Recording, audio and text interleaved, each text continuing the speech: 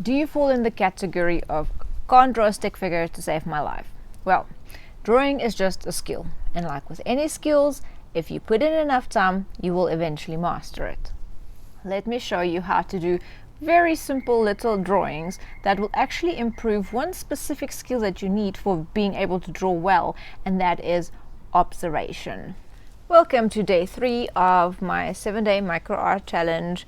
We are going to learn today how to observe an object and just draw that in one continuous line. Now, this will seem a little bit tricky in the beginning if you're not used to drawing, but like anything, it's new muscle memory that you just need to learn and practice to hone your skills. If you joined me so far on the 7-day art challenge, you'll know that I mentioned that we're looking at different little kits. Today's kit is a little bit of a bigger setup for those who really like to work in a sketchbook instead of just cutting small little random pieces of paper. So let's have a look what's inside here. Here are the 3 little kits that we have been working with. So the little one you've all seen, that's the little one. That one with the watercolor pencils you saw yesterday. You can go back to those videos if you haven't seen these. And then today's doesn't have little pieces of cut paper in. This one actually has a little watercolor journal. It has a full set of watercolor, paper towel, a brush, a little water container, it's a spray bottle, 2 fine liner pens, and a little lid, and that is my little water container. The prompt for today is continuous line drawing little critters. Now, it's one of the easiest ways to learn to draw, and that is just by doing these little squiggly lines, and it's more about the observation and trying to convey the form than trying to do something super realistic, trying to draw very realistic. The main thing about drawing is that drawing from memory is really hard unless you've spent a lot of time drawing that same subject and you've built up muscle memory about drawing that subject. So it is necessary to have a reference photo of some sort. I just have an insect book here. I really enjoy drawing little bugs, so I have a little insect book here. I used that little one over there to draw that one, and then I added color. I used that little one over there to draw that one.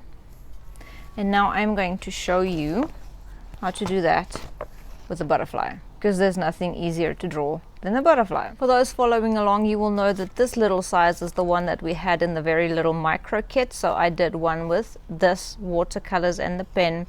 So this is my little critter for this kit size. Then if you have set yourself up with a watercolor kit and the little bigger pieces of paper, this is the one that I did with watercolor pencils. Okay, and then today we are working in a little watercolor journal. So for those of you who don't want to cut little pieces of paper, get yourself a little watercolor journal and keep it small. So this is a small little one. It's available from Kmart if you are in Australia. This was the day 1 prompt. That was the day 2 prompt. Today we are going to do day 3 over here. So what you need is a pen and your chosen color medium, whether that be watercolor pencils or watercolor. So for this one, because I've set up a kit that's got ready to buy stuff off the shelf, I've got a normal watercolor set with little pans inside, a brush and water to activate that, got a pen and the watercolor journal. So let's get going. How do we do continuous line drawing? Now, the most important part about drawing is observation. Don't draw what you think there is. You need to draw what you actually see. Now, I've chosen a butterfly because it's easy to demo, and it's one of those things everybody knows kind of what a butterfly looks like. But as you can see, there are very elaborate wings that you can get on some of these. So we're not going to go for one of those just yet. We're going to start with something a little bit more stock standard butterfly shape wings. What we are looking at is what we see and then translating that to the paper. Observation is really important for learning to draw the object or not what you think you see. So this is a continuous line drawing. Now the reason we're doing a continuous line drawing is because it forces you to really look at what your hand is doing, what you're trying to draw. It's a really good way to practice observing and relating to paper. So I've got my book here, I've got my pen, and we're going to draw that butterfly. Butterflies are easy because they're symmetrical. The same with the other critters that I drew. Bugs are really easy to draw because even if you get it wonky, it still looks like a bug. So it's very easy to do the symmetry because you know the body goes in the middle of the paper and then you're going to go out from there. What I'm going to do is I'm going to start at the head. I'm going to observe what I'm seeing there. I'm seeing 3 little round shapes there to form the head. Starting with the first one, I think that's like the mouthpiece. Then you've got the eyes. I'm not lifting my pen. The neck is a little bit smaller. Oh, I lifted. Okay, we're learning. Go into that shape. It makes almost like a triangle shape at the bottom. Oh, that goes in. It goes out. Bigger body. Put in some texture there. I'm looking there and I'm drawing here. So your eye and your hand needs to learn to work together. I did lift my pen now because I'm explaining and I talk with my hands. So go around, try not to lift. Now this wing goes out and in. And that one goes like that. Okay, doesn't have to be perfect. Now I need to get to the other side, so I'm going around. So that wing goes out, down,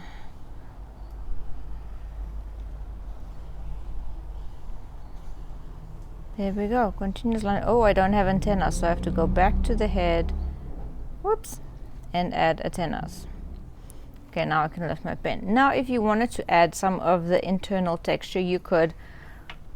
You'll just go back to where you were with your line. You can add some of those. Go back, you can add some dots, add some dots, add some lines. Not lifting the pen. Now I'm just playing. Going back, not lifting the pen.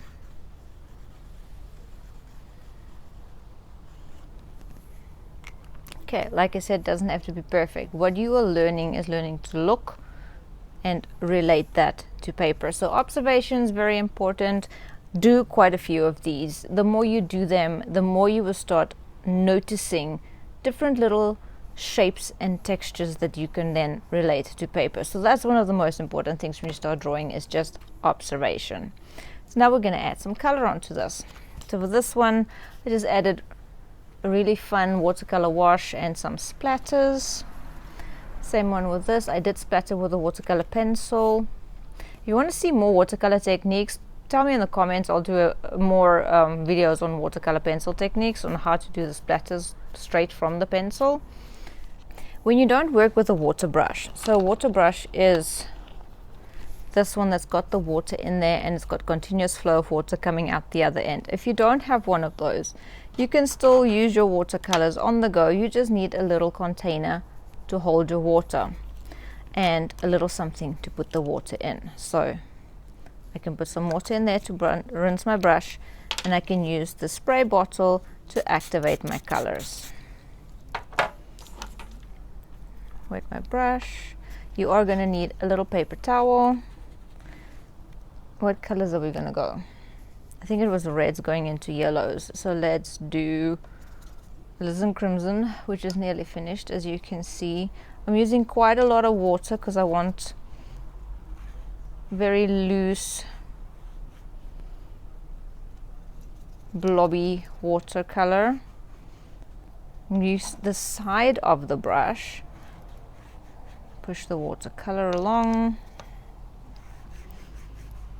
And now I'm going to rinse my brush and take clean water, come to the end and let that bleed.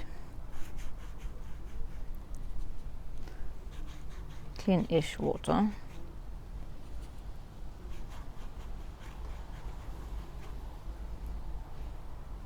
And then in the picture it had yellow dots, so we're going to go into the yellow and just add the dots, and that will bleed into the rest of the watercolor. And then just a fun fact, if you don't have black in your set, like this set doesn't have black, but it does have ultramarine, and it does have burnt sienna. Now if you mix ultramarine and burnt sienna, you get black. And I'm leaving little bits of white paper just to break up. And now we'll just let extra bit of looseness. I'm going to do splatters. And do that in the yellow.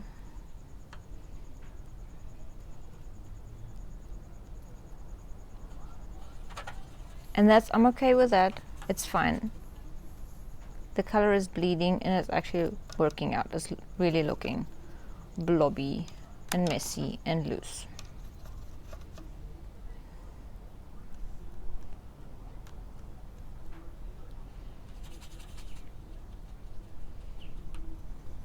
And that's all you need, and that took all of 5 minutes. And I'm really liking these watercolor blooms that are forming here. They're actually making beautiful texture in the wings. Sometimes you just have to let watercolor do its thing and just watch it and be in awe of how awesome it comes out. Thank you for joining me. Let me know in the comments if you are following along and if you're enjoying this challenge. Tomorrow we're going to add a little bit of interesting texture to watercolor, and we're going to look at a few of more like mixed media kits. I'll see you there.